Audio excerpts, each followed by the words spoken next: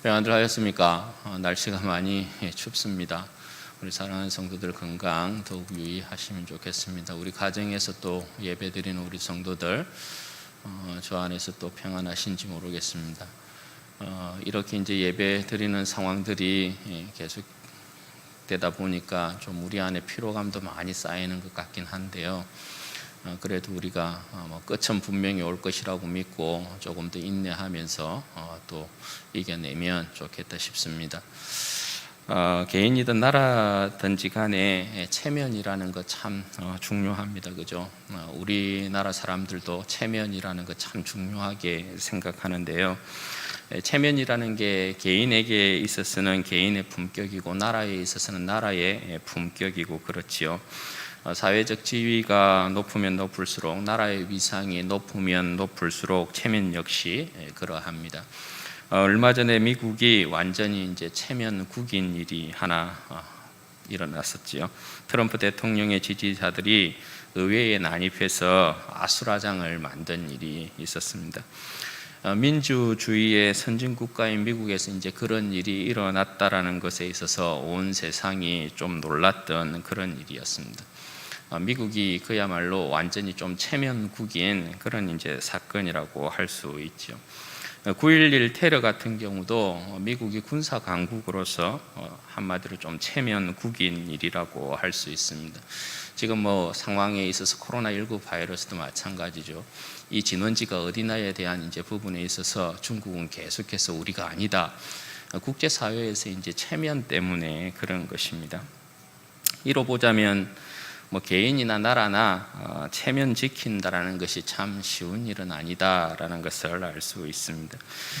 오늘 우리가 보고자 하는 내용도 하나님 아버지의 체면과 관련된 내용입니다. 온 세상과 온 우주를 통틀어서 가장 크고 높은 품격을 가지신 하나님 아버지께서는 그의 체면을 어떻게 지키시고 계시는가 하는 것이죠.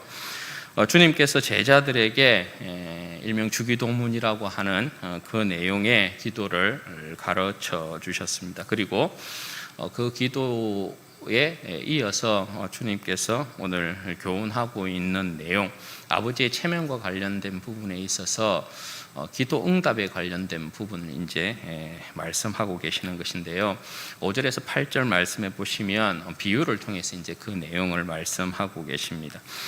여러분, 한 사람이 있는데 그 친구가 여행 중에 밤중에 자기 집으로 왔습니다. 그런데 그 친구는 여행 가운데 자기 집을 찾아온 친구에게 빵을 대접할 것이 없습니다.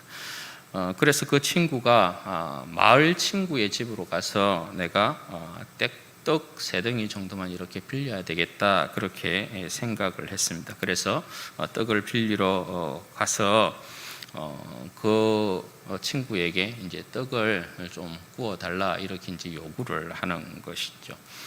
그런데 이제 상황이 밤중에 그 일을 해야 되는 상황인 것이죠. 여기 이제 상황에 보면 이미 떡을 이렇게 이제 빌리러 가는 그 상황에 있어서 그 마을 친구의 상황은 이미 아이들과 함께 잠자리를 준비하고 이제 잠자려고 하는 그런 이제 상황 가운데 있었던 것이죠. 그럼에도 불구하고 그 친구는 손님을 대접해야 되니까 그 친구에게로 가서 문을 두드립니다. 똑똑똑, 친구야, 내 친구가 오랜만에 내 집을 방문했는데 내가 그 친구에게 대접할 떡이 없다. 그러니까 떡 3덩이만 빌려주면 좋겠다. 그렇게 이제 요구를 한 것입니다. 그럼 여러분, 이 상황 가운데서 자연스럽게 안에서 들려오는 소리가 무엇이어야 된다는 것입니까? 7절에 이제 말씀 한번 보십시오. 그가 안에서 대답하여 이르되 나를 괴롭게 하지 말라. 문이 이미 닫혔고 아이들이 나와 함께 침실에 누웠으니 일어나 내게 줄 수 없노라 하겠느냐? 여러분, 이 대답은 뭡니까? 이 말씀은 그럴 수 없다라는 거예요. 이런 일은 상상조차 할 수 없다라는 거예요. 그러니까 친구야, 나한테 이렇게 떡 3덩이만 빌려다오 이렇게 요청을 했으면 안에서 대답은 그래 알았어 하고 당장 떡을 내어 주어야 된다는 것입니다. 왜 그러냐 하면 그 당시의 문화라는 것이 손님과 나그네 대접하는 것이 아주 중요한 문화였습니다. 자기 마을에 어떤 손님이 찾아와서 한 집에 머물게 되면 그 집의 손님일지라도 사실은 마을 전체의 손님인 것으로 받아들였습니다. 만약에 요청받는 자가 그 친구의 요청을 거부해서 손님 대접을 하지 못하는 상황이 발생하게 되면 그 사람은 마을의 수치가 되었습니다. 그뿐만 아니라 그 마을도 수치를 떠안게 되는 그런 이제 상황이었던 것이죠. 그리고 그때는 가정마다 돌아가면서 빵을 공동으로 만들었습니다. 그러니까 이 친구가 떡을 빌리러 간 그 친구의 집은 그날 마을에서 공동으로 이렇게 이제 빵을 생산했기 때문에 그 친구 집이 빵을 만들었던 그런 이제 것이었겠죠. 그러니까 그 친구가 가서 빵을 만들었던 그 집에 가서 그 빵을 요구하고 있는 것이에요. 그러니까 빵을 빌리러 간 이 친구는 빵을 빌려달라 하면 반드시 빵을 빌려줄 것이라는 그런 이제 믿음을 가지고 간 것이죠. 그 마을에 있어서 손님을 대접함에 있어서 대접할 것이 없어서 빌리러 갔을 때에 떡을 내어주지 않는다, 빵을 내어주지 않는다, 그런 일은 상상조차 할 수 없다라는 것이, 그러니까 반드시 빵을 빌려 주어야 된다라는 것이 그 당시에 마을 공동체에 있어서 불문율 같은 것이었습니다. 그런데 여러분, 여기에서 떡을 빌리러 간 친구의 부탁을 들어줄 수밖에 없는 또 다른 절대적인 이유에 대해서 주님께서 말씀하세요. 이미 말씀드린 것처럼 마을 공동체가 가지고 있는 이 불문율로도 충분한 것이지만 주님은 떡을 반드시 빌려줄 수밖에 없다라는 이 부분에 있어서 확실한 이유를 하나 더 이렇게 들고 있다라는 것이죠. 이것은 마을 공동체가 가지고 있는 불문율보다 더 높이 있는 가치라고 할 수 있습니다. 그게 뭐냐 하면 체면과 관련된 부분이에요. 여러분 8절 말씀해 보시면 주님께서 어떻게 말씀하고 계세요? 내가 너희에게 말하노니 비록 벗됨으로 인하여서는 일어나 주지 아니할지라도 그 간청함을 인하여 일어나 그 요구대로 주리라. 여러분, 여기서 이제 중요한 단어가 간청함 이 단어인데요. 헬라어로는 아나이데이안 이렇게 이제 이야기합니다. 이 뜻은 이제 뻔뻔함, 그러니까 수치나 염치 없음 이런 뜻이거든요. 그러니까 간청이라는 이 단어는 사실 조금 잘못된 번역이라고 할 수 있어요. 뻔뻔함이나 수치나 염치 없음 이런 이제 뜻이 아나이데이안 이런 이제 단어이거든요. 이 부분을 어떻게 해석하느냐에 따라서 좀 의미가 많이 달라져요. 일단 여러분, 표면상으로 이 부분을 해석하자면 이 내용은 떡을 빌리러 가는 자가 끈질기게 조르고 요구하면 안에 있는 사람은 무조건 빌려주게 되어 있고 떡을 빌릴 수 있다, 이렇게 이제 읽을 수 있는 것입니다. 친구야, 내가 먼 곳에서 내 친구가 이렇게 집에 놀러 왔는데 떡이 없어. 그러니까 떡 좀 빌려줘.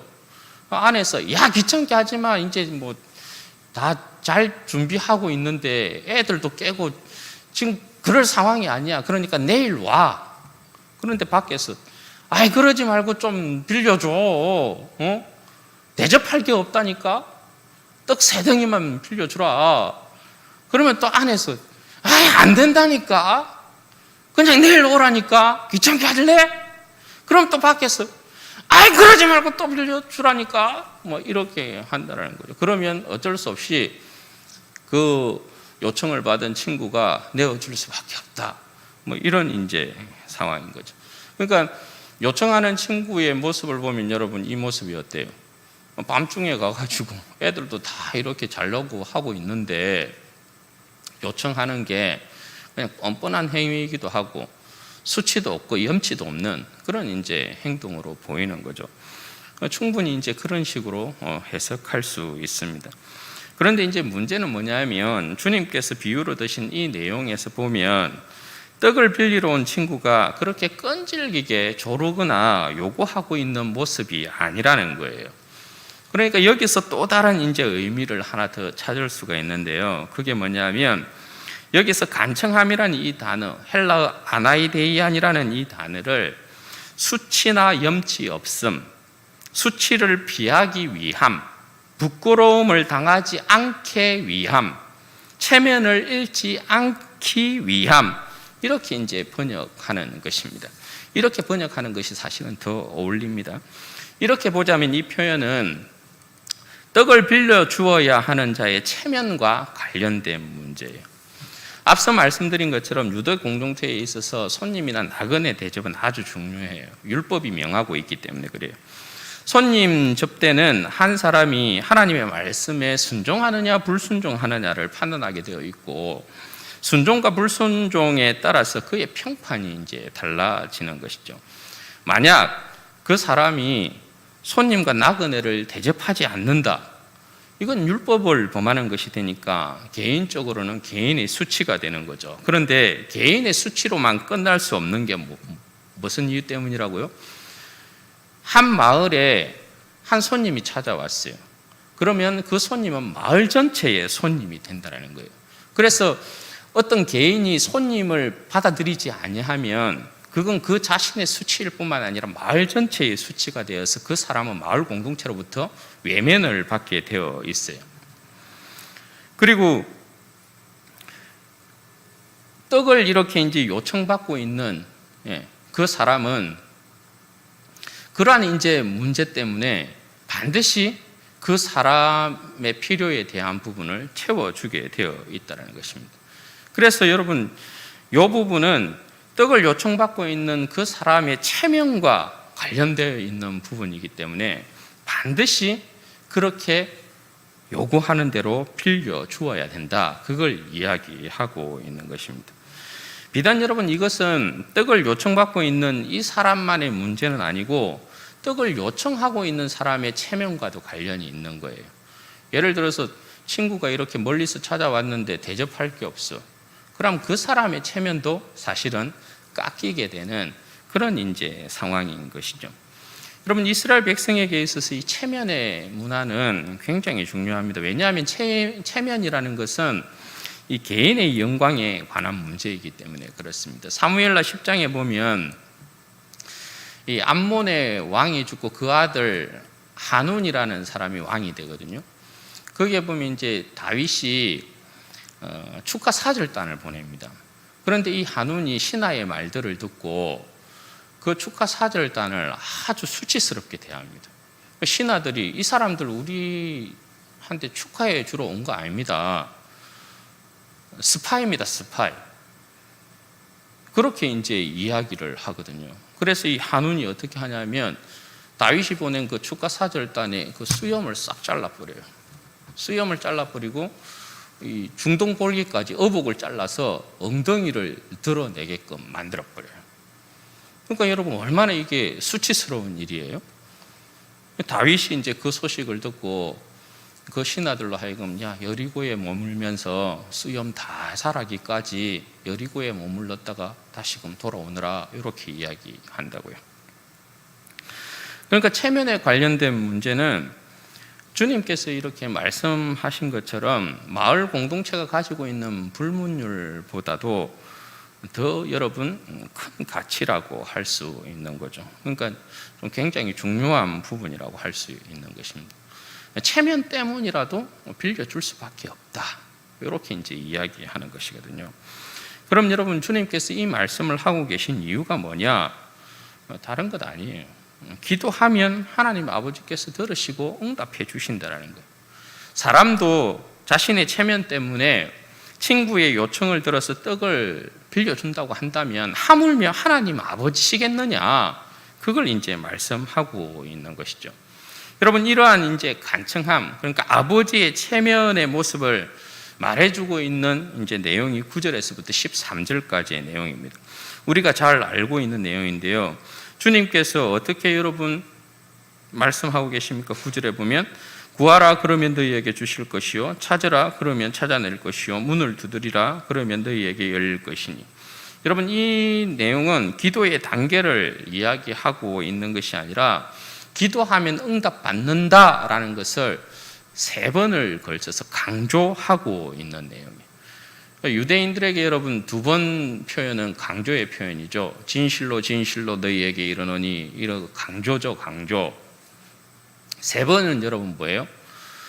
더욱 큰 강조죠. 거룩, 거룩, 거룩, 화, 화, 화, 이런 표현들. 이거는 매우 강조하는 형식이거든요. 그러니까 여러분 예를 들어서 여자를 사랑하는 한 남자가 여자에게 내가 당신을 좋아합니다, 사랑합니다, 뭐 사모합니다 이렇게 이제 고백했다고 쳐요. 이건 여러분 무슨 표현입니까? 뭐 사랑의 강도나 세기를 이렇게 말하는 것이 아니고 연속적인 고백을 통해서 내가 진짜 당신을 사랑하고 있습니다 이런 표현이잖아요. 구하라, 찾아라, 두드리라 이 표현도 마찬가지예요. 기도의 단계를 말하고자 하는 것이 아니고 기도하면 당연히 받는다, 반드시 받는다, 이것을 이제 강조해 주는 거예요.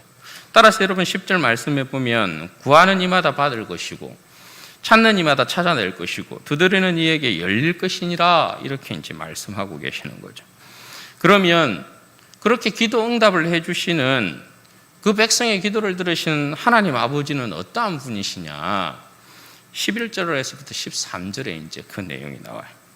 너희 중에 아버지 된 자로서 누가 아들이 생선을 달라 하는데 생선 대신에 뱀을 주며 알을 달라 하는데 정갈을 주겠느냐? 너희가 악할지라도 좋은 것을 자식에게 줄 줄 알거든 하물며 너희 하늘 아버지께서 구하는 자에게 성령을 주시지 않겠느냐 하시니라. 여러분 사람에게 있어서 아버지의 사랑이라는 것, 부정이라는 것, 자식 사랑에 있어서 절대적인 여러분 보호의 울타리 이렇게 말할 수 있지 않겠어요? 어머니의 사랑이 표면 위에 흘러가는 물결이라고 치자면 아버지의 사랑이라는 것은 깊은 곳에 흐르는 물결이라 할 수 있겠죠. 아버지의 이 자식을 위한 이 사랑이라는 건 아무리 악한 자라도, 아무리 악랄한 자라도, 아무리 끔찍한 여러분 살인자라도 그 어떤 못된 인간들에게 있어서도 자식 사랑은 선하게 나타나는 법이거든요. 그러니까 이번에 뭐 그 정인이 이런 사건을 통해서 양부 양모 그런 이제 모습은 사실은 아닌 것이죠. 그건 비인간적인 것이고. 그런데 일반적으로는 여러분 자식을 향한 이 아버지의 사랑이라는 건 뭐 어떤 이런 뭐 악한 사람이라도 자식에게는 선하게 나타나는 게 대부분이에요. 그러니까 여러분 주님 말씀처럼 생선을 달라 하는데 뱀을 주는 아버지 없고요. 알을 달라고 하는데 정갈 주는 그런 아버지 없다라는 것입니다. 악한 자라도 좋은 것을 자식에게 줄 알거든 하물며 너희 하늘 아버지시겠느냐. 강조점이 여러분 뭡니까? 하물며 너희 하늘 아버지시겠느냐. 하늘 아버지는 악한 사람들보다도 훨씬 좋으신 분이시고 훨씬 선하신 분이시죠. 따라서 여러분 하늘 아버지께서 주시는 게 뭐예요? 좋은 것 중에 좋은 것, 최고 중에 최고, 그걸 주신다라는 거예요. 그러면 여러분 그 좋은 것 중에 좋은 것, 최고 중에 최고, 무엇을 주신다라고 이야기하고 있어요? 오늘 말씀해 보면 성령을 주시지 않겠느냐 이렇게 이야기해요. 여러분 왜 성령이 좋은 것 중에 좋은 것이고 최고 중에 최고입니까? 여러분 오늘 주님께서 가르쳐 주신 기도를 보면, 주기도의 내용을 보면 여러분 이것이 무엇을 목표로 하고 있습니까? 아버지의 나라를 목표하고 있죠. 아버지의 나라를 구하도록 이야기하고 있지 않습니까? 아버지의 나라를 구하는 이유가 뭡니까? 그 백성의 생명과 영광이 아버지의 나라에 있기 때문에 그래요. 아버지의 나라가 온전히 이루어지면 그 안에 살고 있는 백성들도 자녀들도 아버지의 생명의 그 부요함 가운데 참여하기 때문에 그런 것이죠. 주님의 백성들이 여러분 먹고 마시는 이유가 뭡니까? 자신의 영광과 배부름을 위한 것에 있는 것이 아니라 아버지의 나라의 영광을 위하여서, 일하기 위하여서 먹고 마시는 것이지 않습니까? 여러분 구약부터 주어진 예언에 있어서 아버지의 나라가 임하는 종말론적인 현상이 뭡니까? 그게 성령의 부어짐이거든요. 성령의 부어짐. 요거 여러분 꼭 기억하고 계셔야 돼요. 이스라엘 백성이 여러분 하나님 앞에서 목이 곧았던 이유가 뭡니까? 이스라엘 백성이 하나님 앞에서 망한 이유가 뭡니까? 이스라엘 백성이 이방인의 발 아래 짓밟힌 여러분 이유가 무엇이었습니까? 율법을 지킬 능력이 없어서 그런 거죠. 죄를 이길 능력이 없어서 그런 거잖아요. 말씀 앞에 순종하지 않고 하나님의 목소리 청정하지 않고. 여러분 민수기 11장에 보면 모세가 이스라엘 백성으로 인해서 그 짐이 상당히 이제 무거웠죠. 맨날 밥 달라, 고기 달라, 물 달라, 언제나 막 불평하고 원망하고 사람 굉장히 지치게 이제 만들었죠. 그래서 모세가 하나님 앞에서 하소연을 이렇게 하거든요. 내가 이들을 낳았습니까? 내가 이들의 압입니까? 차라리 나를 죽여서 이 짐을 벗게 해 주십시오. 그렇게 막 기도하거든요. 그때 하나님께서 여러분 행하신 일이 뭡니까? 모세를 불러다가 70인 장로 다 불러라. 이스라엘 백성을 대표하고 있는 70인 장로를 부릅니다. 그리고 그들에게 어떻게 해요? 모세에게 부었던 성령을 그들에게 부어버립니다. 그래서 모세가 진 짐을 그들로 하여금 나누게 만들어요. 여러분 70인 장로에게 성령을 부었다라는 건 이 70인 장로가 이스라엘 백성을 대표하고 있는 것이니까 이스라엘 백성에게 부어질 것을 상징적으로 이야기하고 있는 것이거든요. 왜 여러분 성령을 붓습니까? 모세에게 부은 성령을 부어야 그들도 하나님의 뜻과 하나님의 말씀을 깨닫고 순종할 것이기 때문에 그런 것이죠. 창세기 6장에 보면 땅 위에 사람들이 번성하기 시작할 때 하나님의 아들들이 사람의 딸들을 막 마구 취합니다. 하나님이 보시기에 이 하나님의 아들들까지 사람의 딸들을 마구 취하는 이 모습을 보고 요것들이 완전히 육체로 변했구나 이렇게 이제 판단하세요. 그래서 하나님의 영을 거두어 버립니다. 하나님의 영을 거두고 난 이후에 그 세상 가운데 뚜렷하게 여러분 나타난 특징이 뭔지 아십니까? 짙게 나타났던 현상이 뭔지 아십니까? 부패와 포악이었어요. 그래서 어떻게 합니까? 하나님께서 홍수로 한번 땅을 씻어버리죠. 여러분 하나님의 성령의 운행이란 하나님 나라의 생명과 질서에 있어서 절대적인 부분과 절대적인 위치를 차지해요. 따라서 여러분 선지자들의 예언에 있어서 하나님의 나라는 어떻게 완성된다 이야기합니까? 만민에게 성령을 부으시는 것으로 하나님의 나라가 완성된다 이렇게 이야기해요. 그 대표적인 선지자가 에스겔과 요엘이에요. 에스겔 선지자가 에스겔 36장 24절에서 28절에 보면 이렇게 이야기하거든요. 내가 너희를 여러 나라 가운데서 인도하여 내고 여러 민족 가운데서 모아 데리고 고국 땅에 들어가서 맑은 물을 너희에게 뿌려서 너희로 정결하게 하되 곧 너희 모든 더러운 것에서와 모든 우상 숭배에서 너희를 정결하게 할 것이며 또 새 영을 너희 속에 두고 새 마음을 너희에게 주되 너희 육신에서 굳은 마음을 제거하고 부드러운 마음을 줄 것이며 또 내 영을 너희 속에 두어 너희로 내 율례를 행하게 하리니 너희가 내 규례를 지켜 행할지라. 내가 너희 조상에게 준 땅에서 너희가 거주하면서 내 백성이 되고 나는 너희의 하나님이 되리라. 하나님 나라의 완전한 회복을 이렇게 이야기해요. 물로 씻고 하나님의 영을 그들에게 부어서 그 속에서 역사하게 함으로 하나님의 말씀을 쫓아 행하도록 그렇게 표현하고 있어요. 그리고 요엘서 2장 27절에서 29절에 이렇게 이야기해요. 그런즉 내가 이스라엘 가운데 있어 너희 하나님 여호와가 되고 다른 이가 없는 줄을 너희가 알 것이라. 내 백성이 영원히 수치를 당하지 아니하리로다. 그 후에 내가 내 영을 만민에게 부어주리니 너희 자녀들이 장래 일을 말할 것이며 너희 늙은이는 꿈을 꾸며 너희 젊은이는 이상을 볼 것이며 그때에 내가 또 내 영을 남종과 여종에게 부어줄 것이며. 여기에서 말하는 내용이 뭐예요? 모든 백성에게 다 부어요. 하나님이요. 남종과 여종에게도 부어요. 구약시대의 성령의 역사라는 건 택한 자에게 간헐적인 역사였어요.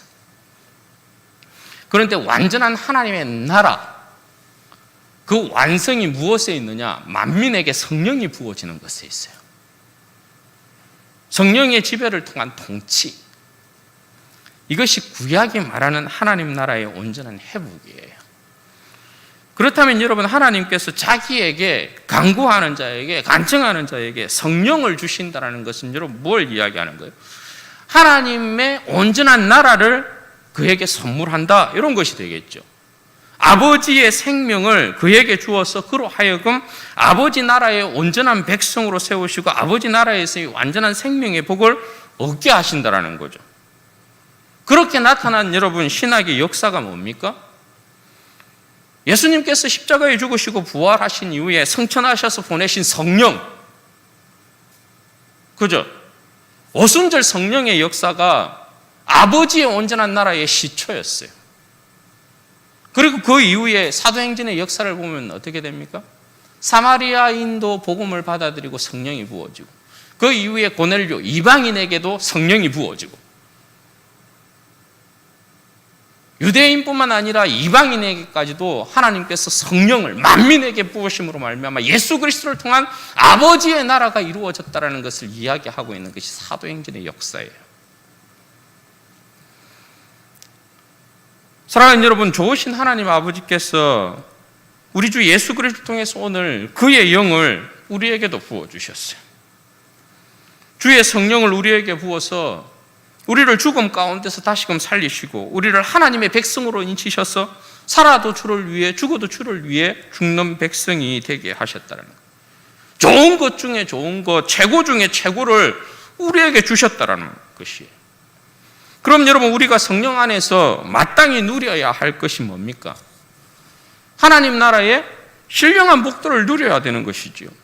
성령의 지배 아래서의 생명을 누려야 되는 것이 마땅한 것이지요. 여러분, 성령의 지배 아래 누려지는 생명의 복이라는 게 뭡니까? 성령을 여러분 이야기할 때 다양한 방식으로 여러분 이야기합니다. 그 가운데 대표적인 몇 가지 이야기해 볼까요? 성령은 여러분 창조의 영이지 않습니까? 창조의 역사 가운데 모든 생기와 생명을 불어넣는 역사는 성령의 역사였어요. 그럼 여러분, 지치고 상한 영혼들을 마른 뼈와 같은 인생들에게 생기를 불어넣어서 하나님의 군대로 만드시는 분이 누구라는 거예요? 성령이시라는 거예요. 오늘 우리의 삶이 여러분 지쳐있고 상해 있습니까? 마른 뼈와 같습니까? 성령의 능력 가운데 얼마든지 우리는 다시금 회복되어지고 일어날 수 있다는 것이죠.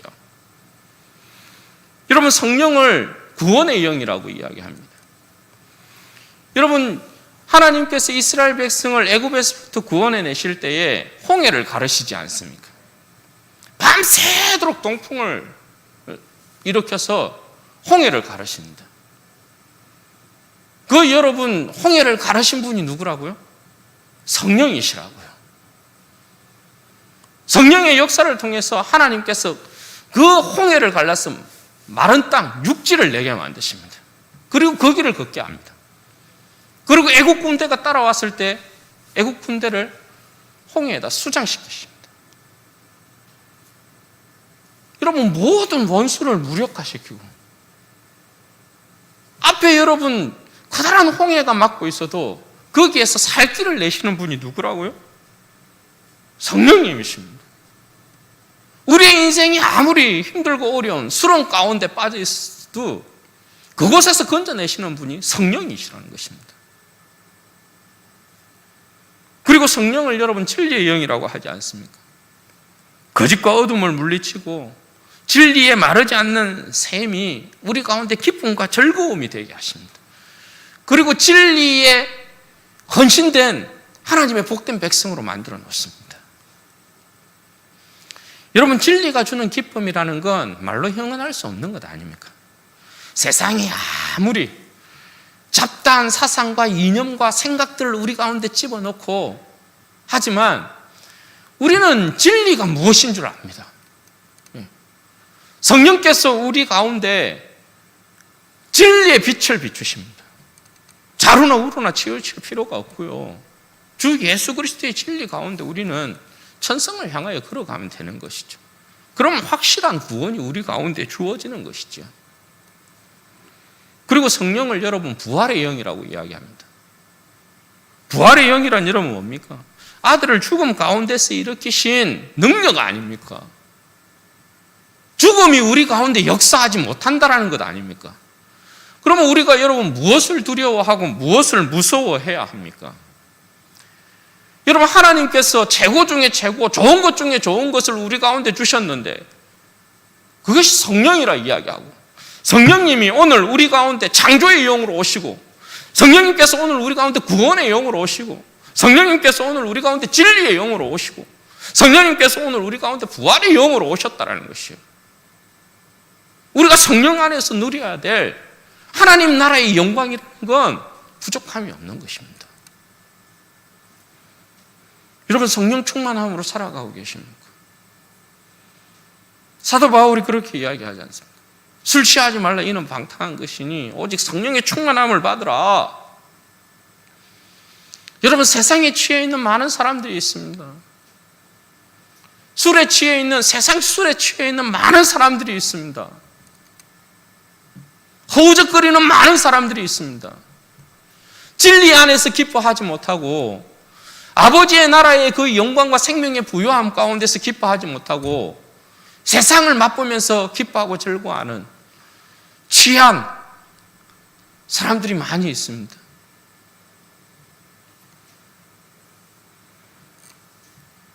빨리 벗어나야 됩니다. 그렇지 아니하면 그 생명에는 절대 하나님의 생명의 영광이 없습니다. 여러분 우리가 성령 충만하지 못하면 우리의 인생 결코 하나님의 나라를 수놓지 못합니다. 하나님 나라를 수놓는 건 우리의 힘으로 되는 것이 아니기 때문에 그래요.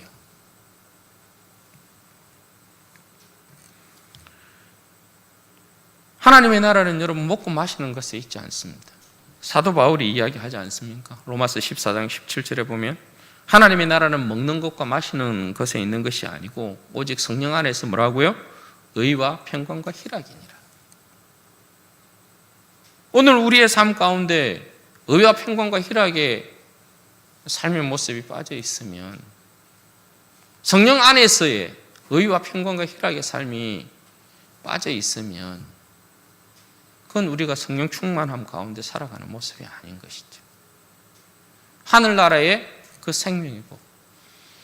내가 너희를 사랑해서 내 아들을 너희에게 주었고 아들을 통해서 너희에게 최고 중에 최고, 좋은 것 중에 좋은 것, 성령을 너희에게 주었다.